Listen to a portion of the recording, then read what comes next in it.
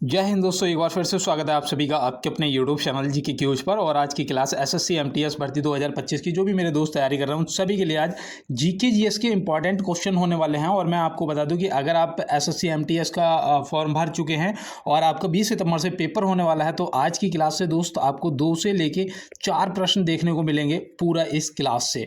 तो बिल्कुल और डायरेक्ट क्वेश्चन आपको देखने को मिल सकते हैं, क्योंकि इस क्लास में सभी टॉपिक से इंपॉर्टेंट क्वेश्चन जो है वो आपके लिए लाए गए हैं। तो बिल्कुल दोस्त 20 सितंबर से आपका पेपर है, तो बिल्कुल परीक्षा से पहले सभी प्रश्नों को याद कर लो, नोट कर लो। और पीडीएफ जो आपकी है वो मैंने आपको बता दिया है कि पीडीएफ के लिए दोस्त आप बिल्कुल फ्री टेलीग्राम ज्वाइन कर लो, जिसका लिंक मैंने डिस्क्रिप्शन बॉक्स में दे रखा है और बिल्कुल फ्री है।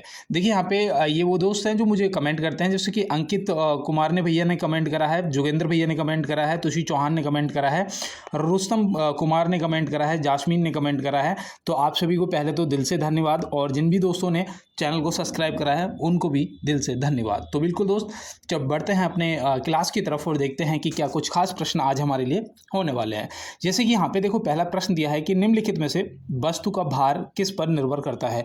किसी वस्तु का जो भार है वो किस पर निर्भर करता है, और आपका ये विज्ञान का काफ़ी अच्छा प्रश्न है। तो यहाँ पे मैं आपको बताऊँ, ध्यान रखना कि ये गुरुत्वाकर्षण पर निर्भर होता है। ऑप्शन सी यहाँ पे क्या हो जाएगा, ग्रेविटी आपका बिल्कुल राइट आंसर हो जाएगा, है ना। जैसे चंद्रमा पे पहुंच जाएगा तो 1/6 वहाँ पे वजन होगा, तो इसी तरीके से आपको ध्यान रखना है। तो बिल्कुल बेटा बढ़ते हैं इसके साथ अपने अगले प्रश्न की तरफ। देखिए यहाँ पे नेक्स्ट प्रश्न दिया है कि निम्नलिखित में से URL का पूर्ण नाम क्या है। URL का पूर्ण रूप आपको यहाँ पे बताना है, तो आप यहाँ पे क्या बताएंगे। बिल्कुल बेटा बहुत अच्छा प्रश्न है, और मैं यहाँ पे उम्मीद कर रहा हूँ कि आप सभी यूनिफॉर्म रिसोर्स लोकेटर, तो यहाँ पे ऑप्शन ए जो है आपका क्या हो जाएगा, बिल्कुल राइट जवाब हो जाएगा। तो आप ध्यान रखेंगे, देखो इसे नोट कर लो, यहाँ पे आपको दिख रहे होंगे और भी ऑप्शन, लेकिन आपको पेपर के अंदर यूनिफॉर्म रिसोर्स लोकेटर को ही टिक करके आना है। तो बढ़ते हैं इसके साथ अपने अगले प्रश्न की तरफ। देखिए यहाँ पे नेक्स्ट प्रश्न दिया है आपका कि वाहनों में पीछे देखने के लिए किस दर्पण का उपयोग किया जाता है। वाहन में पीछे देखने के लिए किस दर्पण का उपयोग किया जाता है, आप क्या बताएंगे। तो बिल्कुल याद रखना दोस्त, यहाँ पे दर्पण पूछा है तो लेंस वाले 2 ऑप्शन तो हटा ही दो, है ना। ए और बी तो हो ही नहीं सकते। तो यहाँ पे देखो याद रखना, पीछे देखने के लिए जो ड्राइवर के साइड में शीशा लगा होता है वो उत्तल दर्पण होता है। ऑप्शन डी यहाँ पे क्या होगा, ऑप्शन डी हमारा बिल्कुल राइट आंसर हो जाएगा। और यहाँ पे याद रखना बेटा, जो ये अवतल दर्पण होता है, ये जो हेड लाइट होती है ना, जो हेड लाइट होती है वो ध्यान रखना बेटा, वो होती है उसमें लगा होता है अवतल दर्पण, ठीक है ना। तो ये आप यहाँ से ध्यान रखेंगे, नोट कर लो बेटा। बढ़ते हैं इसके साथ अपने अगले प्रश्न की तरफ। देखिए यहाँ पे नेक्स्ट प्रश्न दिया है कि निम्नलिखित में से गोदान उपन्यास के लेखक कौन है। गोदान उपन्यास के लेखक कौन है।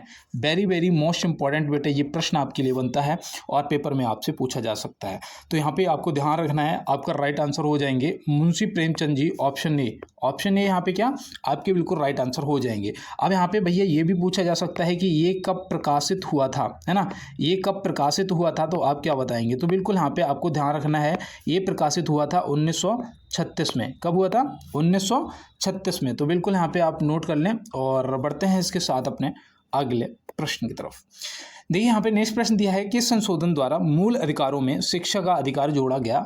तो बताइए आप कौन सा जो संशोधन हुआ था जिसके द्वारा मूल अधिकारों में शिक्षा का अधिकार जोड़ा गया। ये प्रश्न देखो थोड़ा सा घुमा के पूछा है, इसलिए इसे थोड़ा सा हार्ड किया गया है ना। और यहाँ पे आपको बिल्कुल रटा पड़ा है कि भैया 66वां संविधान संशोधन हुआ था। ऑप्शन सी यहाँ पे क्या हो जाएगा, हमारा बिल्कुल राइट आंसर हो जाएगा। और ये भैया कब हुआ था, तो वो भी आपको पता है कि ये 2002 में हुआ था। कब हुआ था, 2002 में हुआ था। अनुच्छेद भी पता होगा भैया कि अनुच्छेद 21A में जोड़ा गया था। किसमें, 21A जोड़ा गया था, है ना। तो ये भी आप यहाँ पे ध्यान रखेंगे। देखो ये इंपॉर्टेंट है बेटा, इसे आप विशेष रूप से ध्यान रखना। यहाँ पे जैसे 44वां संविधान संशोधन दिया है, आप सभी को पता है कि भैया संपत्ति का जो अधिकार था वो समाप्त कर दिया गया था। कौन सा, संपत्ति का अधिकार। 61वां जो यहाँ पे ऑप्शन बी में दिया है, ये भी आपको पता है कि भैया जो वोट करने की उम्र पहले कितनी थी, पहले थी 21 वर्ष, और 21 वर्ष से घटा के कितनी कर दी दोस्त, 18 वर्ष कर दी। तो ये भी आप यहाँ पे ध्यान रखेंगे, 61वां संविधान संशोधन।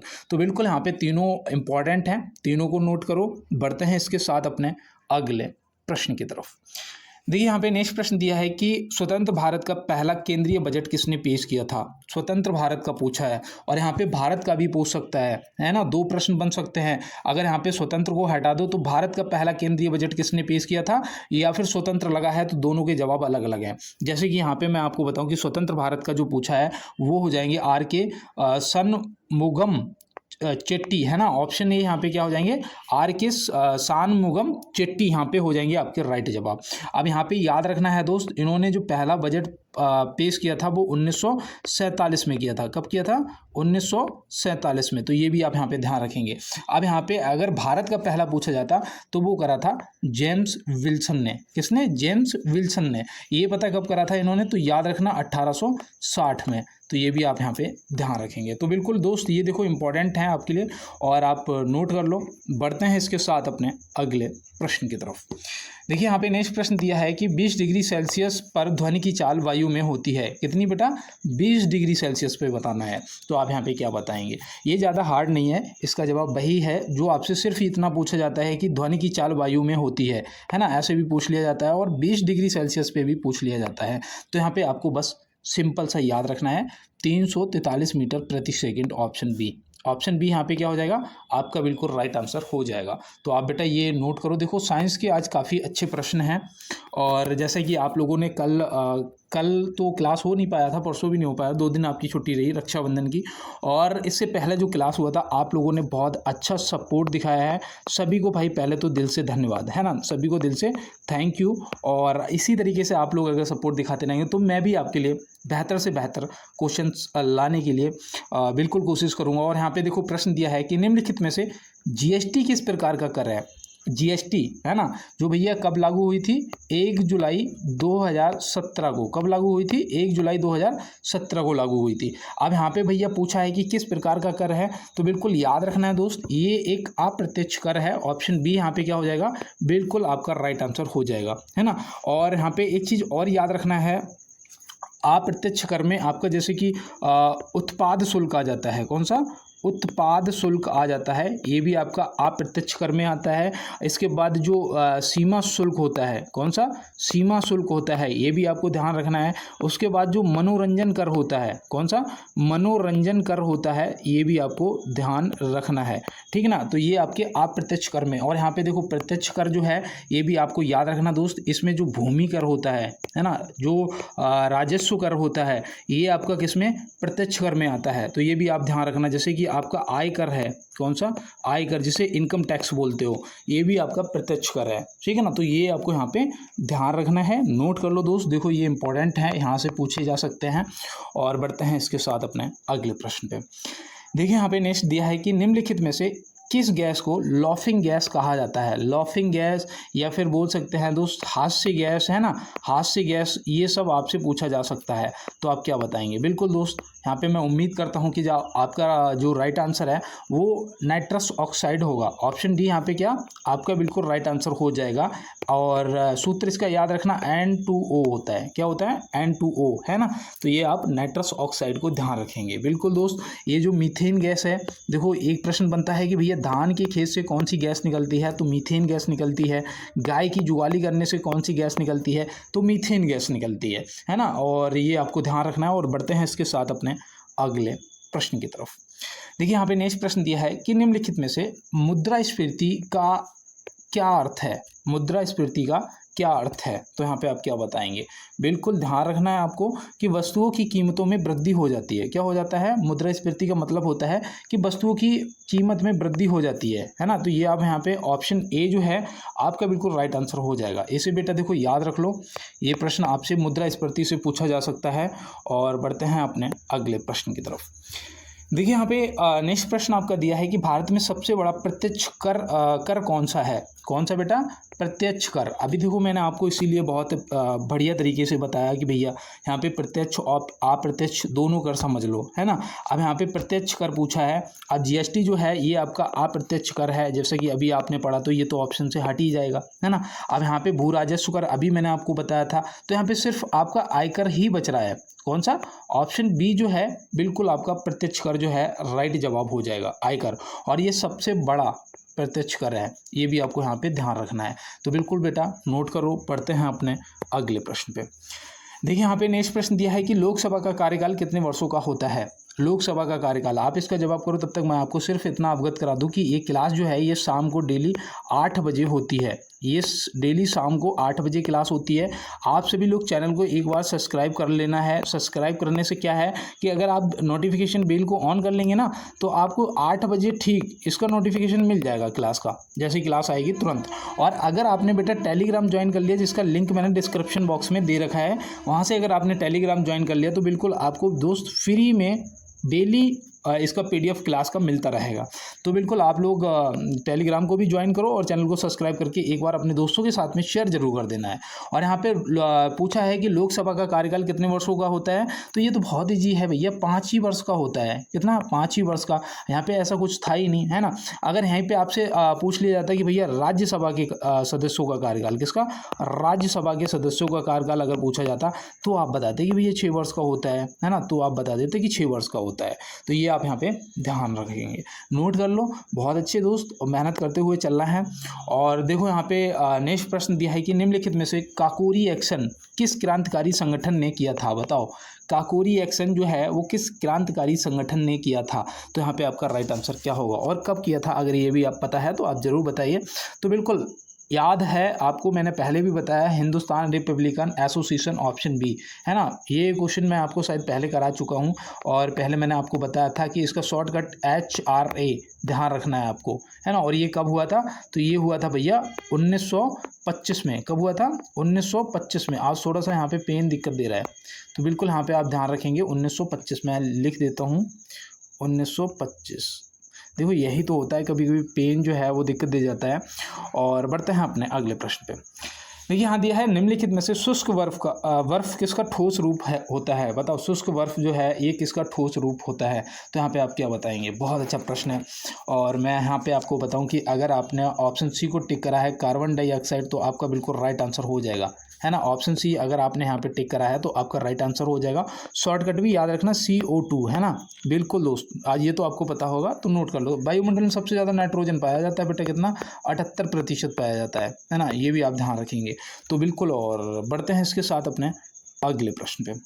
देखिए यहाँ पे नेक्स्ट दिया है निम्नलिखित में से चांदी का रासायनिक प्रतीक क्या है। चांदी का रासायनिक प्रतीक पूछा है, चांदी का रासायनिक प्रतीक।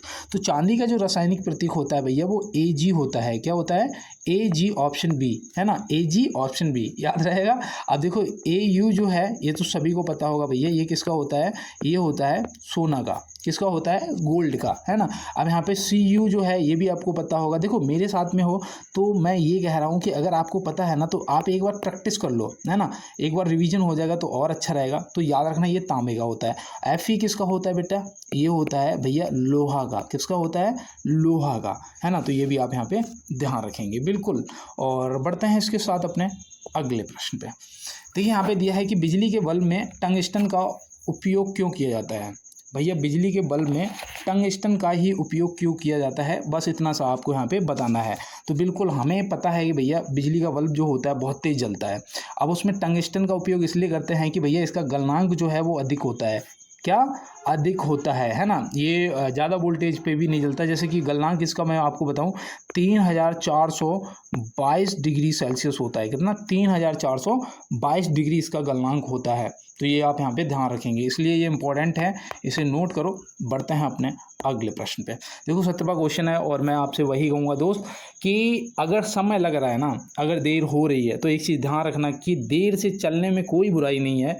कभी कभी सफलता खुद इंतजार करती है सही समय का, है ना। तो आप अगर सफलता में अकेले लड़ रहे हो तो मैं आपसे हमेशा वही कहता हूँ कि दोस्त सफलता की लड़ाई अकेले ही लड़नी पड़ती है। सैलाब उमड़ता है जीत जाने के बाद, है ना। तो अभी ये मत सोचो कि कौन हमारे साथ है, नहीं है।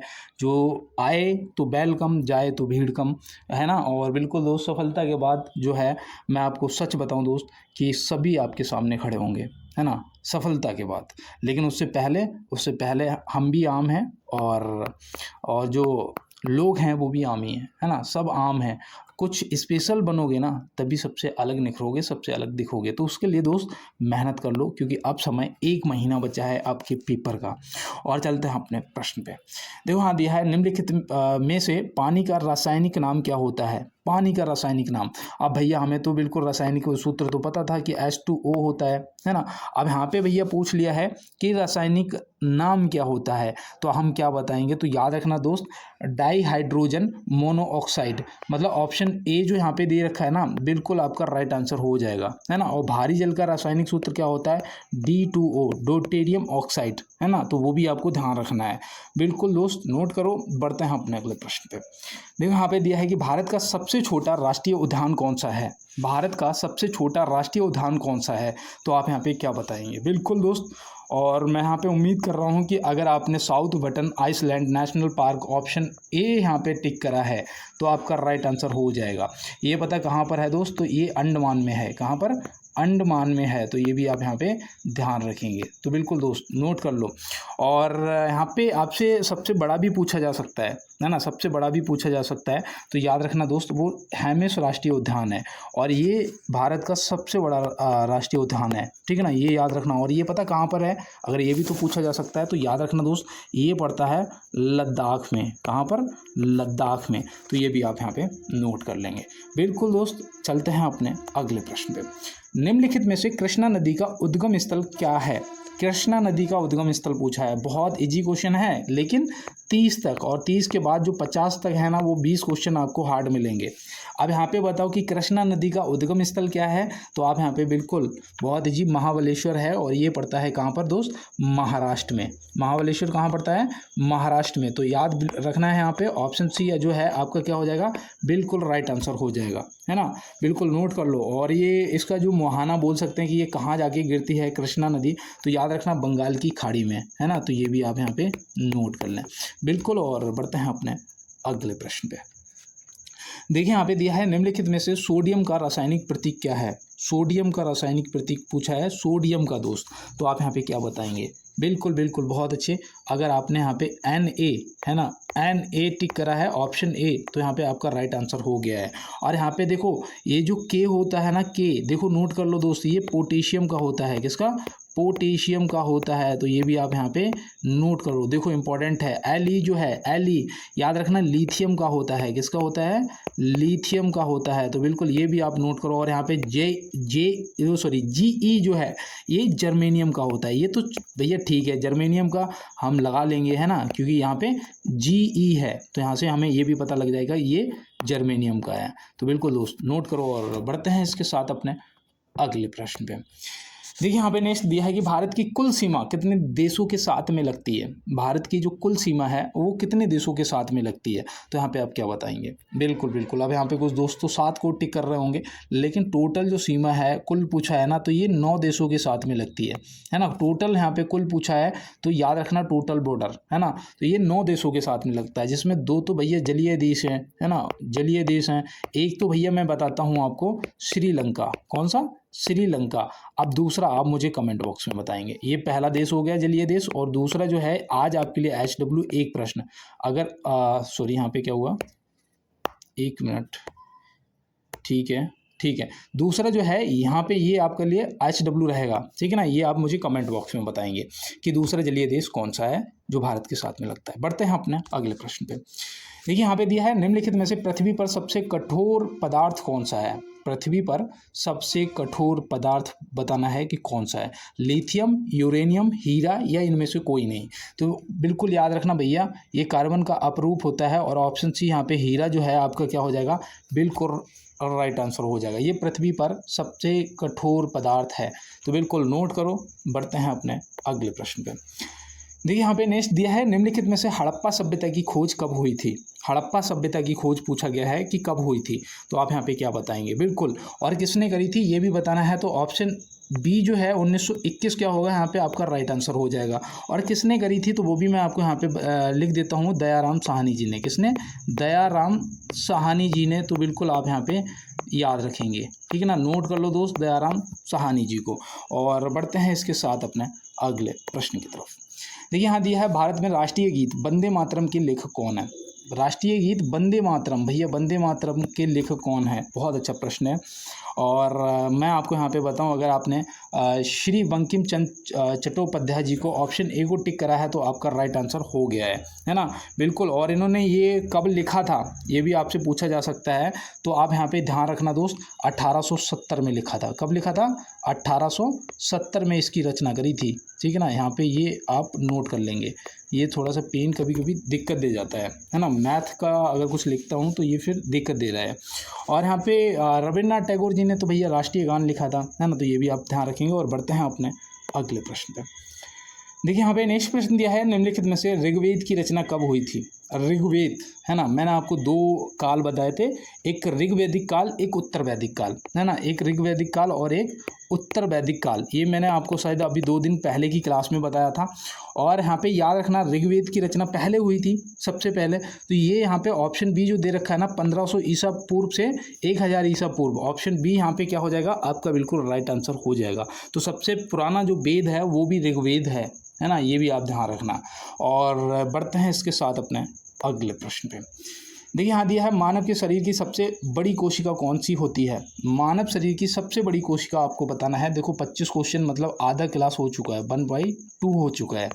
और मेरे जो भी दोस्त मेरे साथ में नए पुराने जुड़े हुए हो, आप लोगों ने बहुत अच्छा सपोर्ट दिखाया सभी को, पहले तो दिल से धन्यवाद। और एक बार इस क्लास को भी सपोर्ट दिखाना है आपको, लाइक वाला बटन है ना, लाइक वाला बटन, अपना प्यार आपको एक बार ज़रूर दिखाना है। और अपनी उपस्थिति दर्ज कराने के लिए जो भी मेरे दोस्त नए आए हैं क्लास में, आप चैनल को ना एक बार सब्सक्राइब जरूर कर लेना है और बेल आइकन दबा लेना, क्योंकि ये क्लास आपको डेली शाम को 8 बजे मिलेगी, डेली शाम को 8 बजे मिलेगी। और थोड़ा सा अगर हो सके ना तो अपने दोस्तों के साथ में क्लास को शेयर जरूर कर देना है प्लीज़। ये आपका वोल्टियर सपोर्ट रहेगा, है ना? ये आपका वोल्टियर सपोर्ट, जिसका मैं आपको ना जब आपका सिलेक्शन हो जाएगा तो मेरी तरफ से पार्टी भी, है ना? बिल्कुल दोस्त। और यहाँ पे चलते हैं अपने प्रश्न पे। देखिए यहाँ पे दिया है कि मानव के शरीर की सबसे बड़ी कोशिका कौन सी होती है? तो याद रखना दोस्त, वो अंडाणु होती है ना? ये मादा प्रजनन में होती है। ऑप्शन बी यहाँ पे क्या हो जाएगा? आपका अंडाणु बिल्कुल राइट आंसर हो जाएगा। और अगर यहाँ पे सबसे छोटी पूछी जाए तो ये शुक्राणु होती है, स्पर्म बोलते हो, ये सबसे छोटी होती है, ठीक है ना? तो ये भी आप यहाँ पे ध्यान रखेंगे। बिल्कुल दोस्त, नोट करो, बहुत अच्छा प्रश्न है। और बढ़ते हैं इसके साथ अपने अगले प्रश्न पे। देखिए यहाँ पे नेक्स्ट दिया है कि निम्नलिखित में से अकबर का राजस्व मंत्री कौन था? अकबर का दोस्त राजस्व मंत्री कौन था? तो आप यहाँ पे क्या बताएंगे? बिल्कुल देखो, इनके 9 रत्न थे, है ना? 9 रत्न थे, आपको पता होगा। उन्हीं में से एक राजा डोडरमल, है ना? तो यहाँ पे ऑप्शन बी जो दे रखा है ना, क्या हो जाएगा? आपका बिल्कुल राइट आंसर हो जाएगा, याद रखना। और सबसे अच्छा जो इसका कवि था ना, गायक, वो तानसेन था। ये भी ध्यान रखना दोस्त, ये भी देखो पूछा जा सकता है ना? तो बिल्कुल। और बढ़ते हैं इसके साथ अपने अगले प्रश्न पे। देखो यहाँ दिया है कि भारत का राष्ट्रीय गीत कब अपनाया गया था? राष्ट्रीय गीत बताना है दोस्त, कब अपनाया गया था? बहुत अच्छा प्रश्न है। और मैं यहाँ पे उम्मीद कर रहा हूँ कि अगर जो भी दोस्त ऑप्शन डी को 24 जनवरी 1950 को टिक कर रहा है, उसका बिल्कुल राइट आंसर हो जाएगा, ठीक है ना? राष्ट्रीय गीत कब अपनाया गया था? 24 जनवरी 1950। यहाँ पे क्या हो जाएगा? आपका बिल्कुल राइट आंसर हो जाएगा। नोट करो। बढ़ते हैं अपने अगले प्रश्न पे। देखिए दोस्त, यहाँ पे नेक्स्ट प्रश्न दिया है कि निम्नलिखित में से पूर्ण स्वराज की मांग कहाँ से की गई थी? पूर्ण स्वराज की मांग कहाँ से की गई थी? तो आप क्या बताएंगे? बिल्कुल दोस्त, यहाँ पे मैं उम्मीद कर रहा था कि जैसे कि लाहौर अधिवेशन, है ना? कुछ दोस्तों ने बिल्कुल राइट आंसर करा होगा कमेंट बॉक्स में। और आप भी अपना कमेंट बॉक्स में आंसर करो, है ना? आपका जो कमेंट है नेक्स्ट क्लास में आपको सबसे पहले लगा हुआ मिलेगा। और आप लोग थोड़ा सा सपोर्ट दिखाओ, क्योंकि आप लोगों ने जो प्रीवियस क्लास को सपोर्ट दिखाया है, वहाँ से मुझे एक उम्मीद जागी कि आप लोग बाकी में जो समझाता हूँ आपको समझ आता है। जैसे मैंने यहाँ पे बता दिया, पूर्ण स्वराज की जो मांग है सबसे पहले लाहौर अधिवेशन में हुई थी। और भैया ये लाहौर अधिवेशन कब हुआ था? तो बिल्कुल नोट करो दोस्त, 19 दिसंबर 1929 को हुआ था। कब हुआ था? 19 दिसंबर 1929 को हुआ था। ये भी आप ध्यान रखेंगे, बिल्कुल। और बढ़ते हैं अपने अगले प्रश्न पे। देखो यहाँ दिया है कि बाघ को भारत का राष्ट्रीय पशु कब घोषित किया गया था? बाघ को भारत का राष्ट्रीय पशु कब घोषित किया गया था? बिल्कुल देखो, यहाँ पे मैं आपको बताऊं कि 1972 तक, है ना? बोल सकते हैं कि 1972 तक जो राष्ट्रीय पशु था वो शेर था, है ना? अब यहाँ पे एक चीज़ आपको ध्यान रखना है कि यहाँ पे पूछा है कि बाघ को भारत का राष्ट्रीय पशु कब घोषित किया गया था। तो जो प्रोजेक्ट टाइगर स्टार्ट हुआ था, कौन सा? प्रोजेक्ट टाइगर स्टार्ट हुआ था, है ना, आप सभी को पता होगा। और ये प्रोजेक्ट टाइगर स्टार्ट प्रारंभ कब हुआ था, तो ये हुआ था बेटा 1973 में हुआ था, है ना, 1973 में। तो बस भैया यहाँ पे याद रखना ऑप्शन सी 1973 आपका क्या हो जाएगा, बिल्कुल राइट आंसर हो जाएगा। तो इसी तरीके से देखो एक दूसरे से जब मैच करके याद करोगे चीज़ें तो आपको याद रहेंगी, है ना, और रहती हैं दोस्त। बढ़ते हैं अपने अगले प्रश्न पे। देखो यहाँ पे दिया है निम्नलिखित में से स्टार्टअप इंडिया योजना कब शुरू हुई थी। स्टार्टअप इंडिया योजना जो है वो बेटा कब शुरू हुई थी, तो आपका यहाँ पे राइट आंसर क्या होगा, बिल्कुल बहुत अच्छे यहाँ पे याद रखो दोस्त। देखो योजनाओं से संबंधित एक प्रश्न आएगा ही आएगा, तो आप सभी जो भी मैं अभी तक आपको योजनाएं पढ़ा चुका हूँ, आगे आपको फिर एक बार रिवीजन कराऊंगा, तो आप सभी को नोट करते हुए चलना है। जैसे यहाँ पे ऑप्शन सी दिया है 16 जनवरी 2016 आपका राइट आंसर हो गया। यहाँ पे देखो ये लास्ट में भी 16, पहले भी 16, तो स्टार्टअप इंडिया भैया फेमस चीज़ है ना। स्टार्टअप नया स्टार्टअप करने के लिए इंडिया में बहुत ज़्यादा अभी विशेष रूप से गवर्नमेंट की तरफ से हेल्प की जा रही है ना, तो ऐसे आप ध्यान रखेंगे तो बिल्कुल। और बढ़ते हैं अपने अगले प्रश्न पे। देखो हाँ दिया है निम्नलिखित में से कुतुब मीनार का निर्माण किसने पूरा कराया था, है ना। तो यहाँ पे दो प्रश्न बनते हैं, किसने प्रारंभ कराया था, कुतुबुद्दीन ऐबक ने भैया, जो कि गुलाम वंश का संस्थापक था, है ना, किसका, गुलाम वंश का संस्थापक था। कब करी थी इसने स्थापना दोस्त, 1206 में करी थी गुलाम वंश की, है ना। अब यहाँ पे पूछा है कि किसने पूरा कराया था, तो भैया इसी वंश का एक था कौन, ये इल्तुतमिश, ऑप्शन बी, है ना, इसने पूरा कराया। पे देखो दिया है कि फीफा वर्ल्ड कप 2022 में गोल्डन बूट किसे मिला है।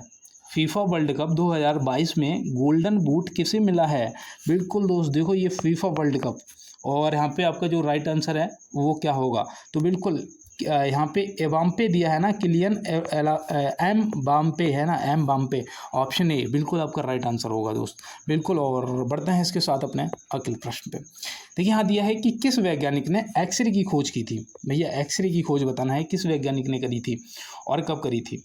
तो यहाँ पे पहले तो याद रखना जो विलियम कॉनराड रॉन्टगेन दिया है ऑप्शन बी, है ना, यहाँ पे क्या हो जाएगा आपका बिल्कुल राइट आंसर हो जाएंगे।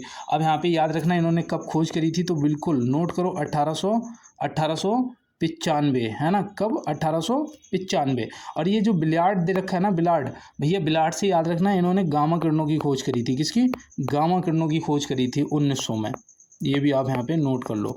और यहाँ पे अर्नेस्ट रदरफोर्ड जो दे रखा है इन्होंने अल्फ़ा किरणों की खोज करी थी, किसकी, अल्फ़ा की खोज करी थी, और इन्होंने कब करी थी दोस्त, तो इन्होंने 1899 में करी थी, तो ये भी आप यहाँ पे ध्यान रखेंगे। तो बिल्कुल दोस्त ये देखो इंपॉर्टेंट, यहाँ से साइंस से एक प्रश्न पूछा जाता है ना, तो इसे आप नोट कर लो। बढ़ते हैं अपने अगले प्रश्न पे। यहाँ दिया है निम्नलिखित में से रणजी ट्रॉफी किस खेल से संबंधित है। रणजी ट्रॉफी जो है वो किस खेल से संबंधित है, बहुत ईजी है भैया मेरे, क्रिकेट से संबंधित है। और देखो खेलों से संबंधित भी प्रश्न आते हैं, है ना, तो मैं आपको इसीलिए हर टॉपिक से कवर करता हुआ चल रहा हूँ ताकि आपका कोई भी पेपर के अंदर क्वेश्चन छूटे ना। 25 में से 25 आपका बिल्कुल राइट स्कोर होना चाहिए, जिसमें आपके 75 नंबर सीधे बनेंगे, बिल्कुल। अगर आप मेरे साथ में जुड़ चुके हो, बस इतना ध्यान रखना कि आप किसी भी चैनल से ना जाके एक बार करंट वाली जो क्लास है वो भी देखना है, क्योंकि देखो दोस्त 4 से 5 क्वेश्चन तो आने ही आने हैं, है ना, करंट से, तो वो भी आप अपने तैयार कर लो, हालांकि मैं भी आपको करवाता चल रहा हूँ, है ना, तो बिल्कुल। और यहाँ पे देखिए दिया है कि जलियांवाला बाग हत्याकांड के समय भारत का वायसराय कौन था। जलियांवाला बाग हत्याकांड के समय भारत का वायसराय कौन था, तो बिल्कुल याद रखना दोस्त वो था चैम्सफोर्ड, ऑप्शन सी यहाँ पे क्या हो जाएगा, चैम्सफोर्ड आपका राइट आंसर हो जाएगा। और ये भैया कब हुआ था, तो बिल्कुल 13 अप्रैल 1919 में हुआ था अमृतसर में, है ना, तो ये भी आप यहाँ पे ध्यान रखेंगे, बिल्कुल नोट करो। बढ़ते हैं अपने अगले प्रश्न पे। यहाँ दिया है 2025 में भारत का रक्षा बजट कितने प्रतिशत बढ़ा है।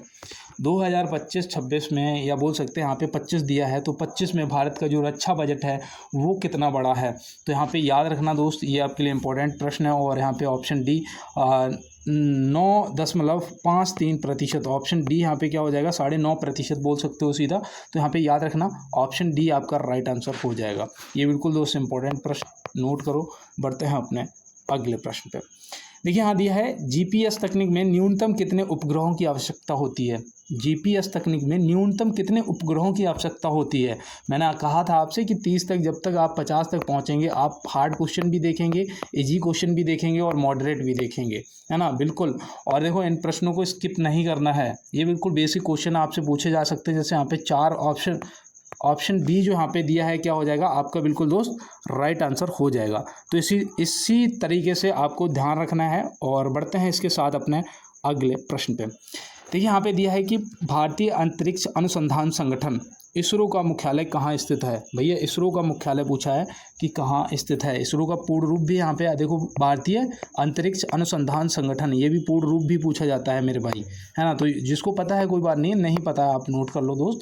और यहाँ पे याद रखना इसका मुख्यालय जो है वो बेंगलुरु में है। ऑप्शन डी यहाँ पे क्या होगा, बेंगलुरु। इसकी स्थापना पता है कब हुई थी दोस्त, तो ये नोट करो 15 अगस्त 1969, है ना। तो यहाँ पे ये भी आपको ध्यान रखना है, स्थापना भी 15 अगस्त 1969 को। बढ़ते हैं अपने अगले प्रश्न पे। देखो 40 क्वेश्चन हो चुके और मैं एक बार फिर से आपसे वही कहूँगा कि दोस्त, परों को खोल जमाना उड़ान देखता है, जमी पे बैठ के क्या आसमान देखता है। और ये सच है। मैं आपको बताऊं, अगर आप ये सोच रहे हो कि कोई आपकी हेल्प करेगा, तो भैया सीधी सी एक ही वही शब्द है कि आपकी मदद या आपकी हेल्प कोई क्यों करेगा।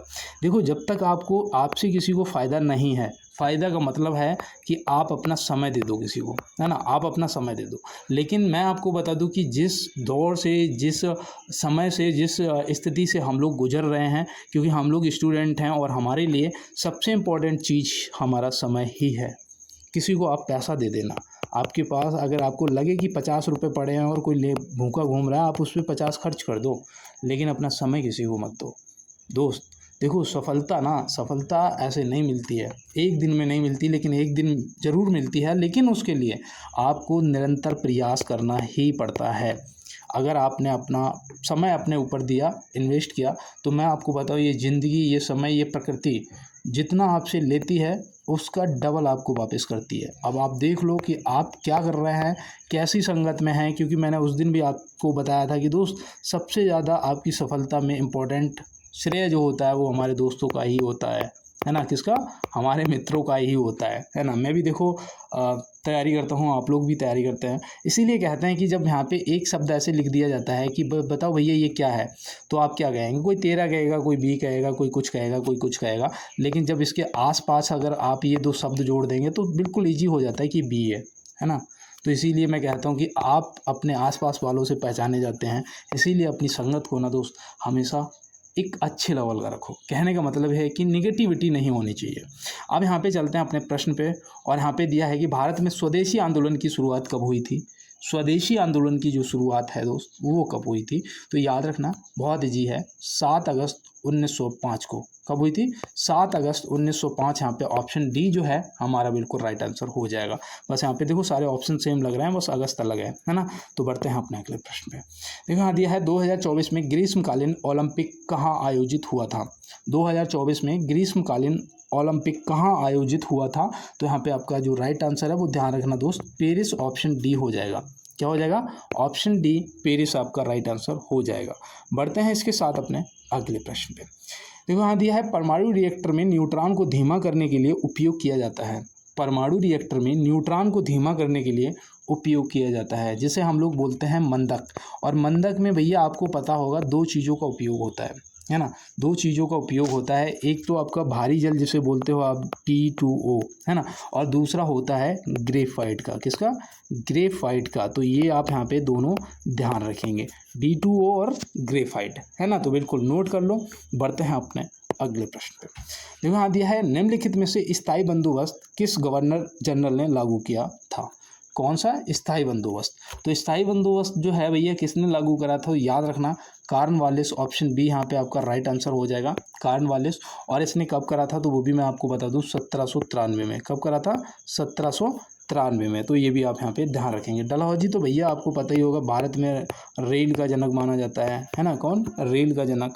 तो बिल्कुल इसी के शासनकाल में चली थी। और यहाँ पे देखो नेक्स्ट प्रश्न दिया है कि भारत में सबसे अधिक लौह अयस्क किस राज्य में पाया जाता है। बेटा लौह अयस्क बताओ किस राज्य में पाया जाता है सबसे अधिक। तो यहाँ पे आपका राइट आंसर क्या होगा, बिल्कुल मेरे सभी दोस्त यहाँ पे जवाब करेंगे। और जिसने भी यहाँ पे ओडिशा ऑप्शन सी को टिक करा है उसका राइट आंसर हो गया है। ओडिशा यहाँ पे आपका सबसे ज़्यादा लौह अयस्क के लिए जाना जाता है, तो ये आप यहाँ पे नोट कर लेंगे। बढ़ते हैं अपने अगले प्रश्न पे। देखिए यहाँ दिया है निम्नलिखित में से रूपकुंड झील किस राज्य में स्थित है। कौन सी, रूपकुंड झील बताओ दोस्त, देखो ये पहली बार सुना होगा, है ना। अब मैं आपको यहाँ पे बताऊँ कि उत्तराखंड आपका राइट आंसर हो जाएगा। रूपकुंड झील कहाँ है? उत्तराखंड में। तो इसे भी आप नोट करिए। बढ़ते हैं अपने अगले प्रश्न पे। देखो दोस्त, अब 4 क्वेश्चन बचे हैं और अभी तक अगर आप मेरे साथ में जुड़े हुए हो तो मेरी यही शुभकामना है कि इस बार ना दोस्त आपको सफलता जरूर स्मरण करेगी, जरूर आपको सफलता मिलेगी।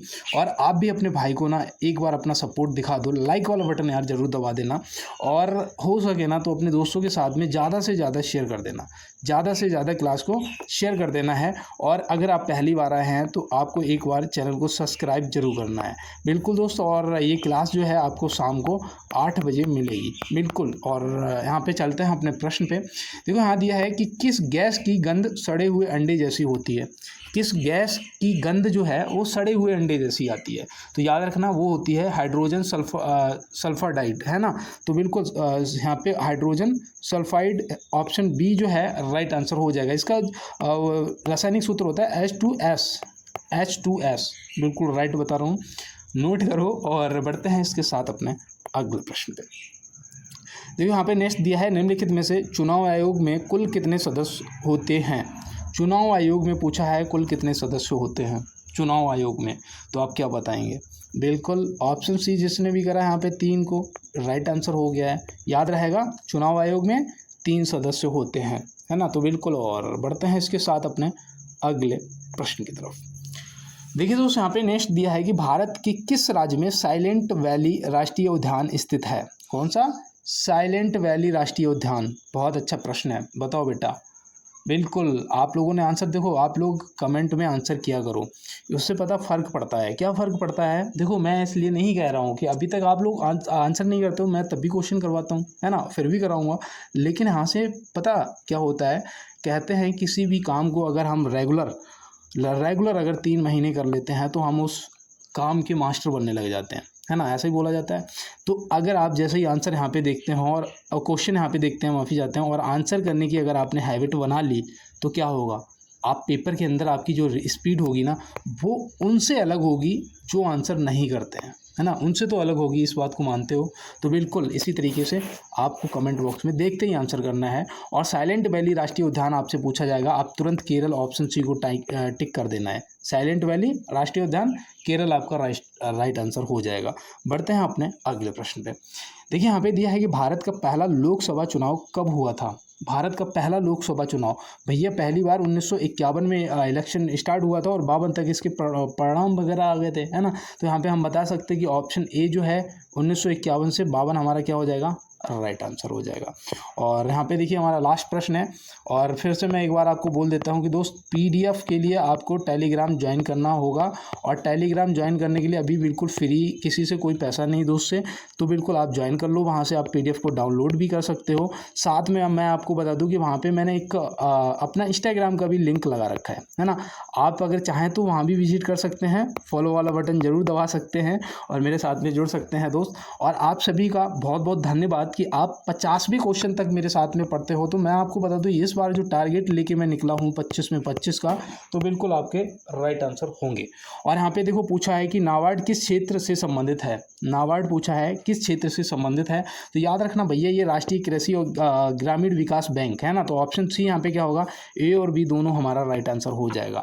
तो आप सभी को क्लास में जुड़ने के लिए बहुत बहुत धन्यवाद। और मैं आपको यहाँ पे छोटी सी एक जानकारी दे दूं कि अगर आप दोस्त दिल्ली पुलिस, एसएससी जीडी या फिर बीएसएफ ट्रेडमैन की जो अभी वैकेंसी आई है ना, जो दिल्ली पुलिस और आपकी एसएससी जीडी और बीएसएफ ट्रेडमैन की जो वैकेंसियाँ आई हैं, अगर आप उसकी तैयारी कर रहे हैं तो एक क्लास मैंने और स्टार्ट करा है जो कि बिल्कुल आपको इन पेपरों के लिए काफ़ी इंपॉर्टेंट, काफ़ी हेल्पफुल क्वेश्चन मिलेंगे, जो प्रीवियस क्वेश्चन भी होंगे कुछ, जो कि आपकी शाम को 5 बजे आपको मिलती होगी, है ना। तो उस क्लास को भी अगर आप लोग आर्मी की भी तैयारी कर रहे हो तो भी आपके लिए काफ़ी इंपॉर्टेंट है, उस क्लास को जाके ज़रूर देखना है। और ये आपकी एमटीएस स्पेशल, भैया एमटीएस स्पेशल, इसको तो छोड़ना ही नहीं है, ये आपकी शाम को 8 बजे डेली होती है।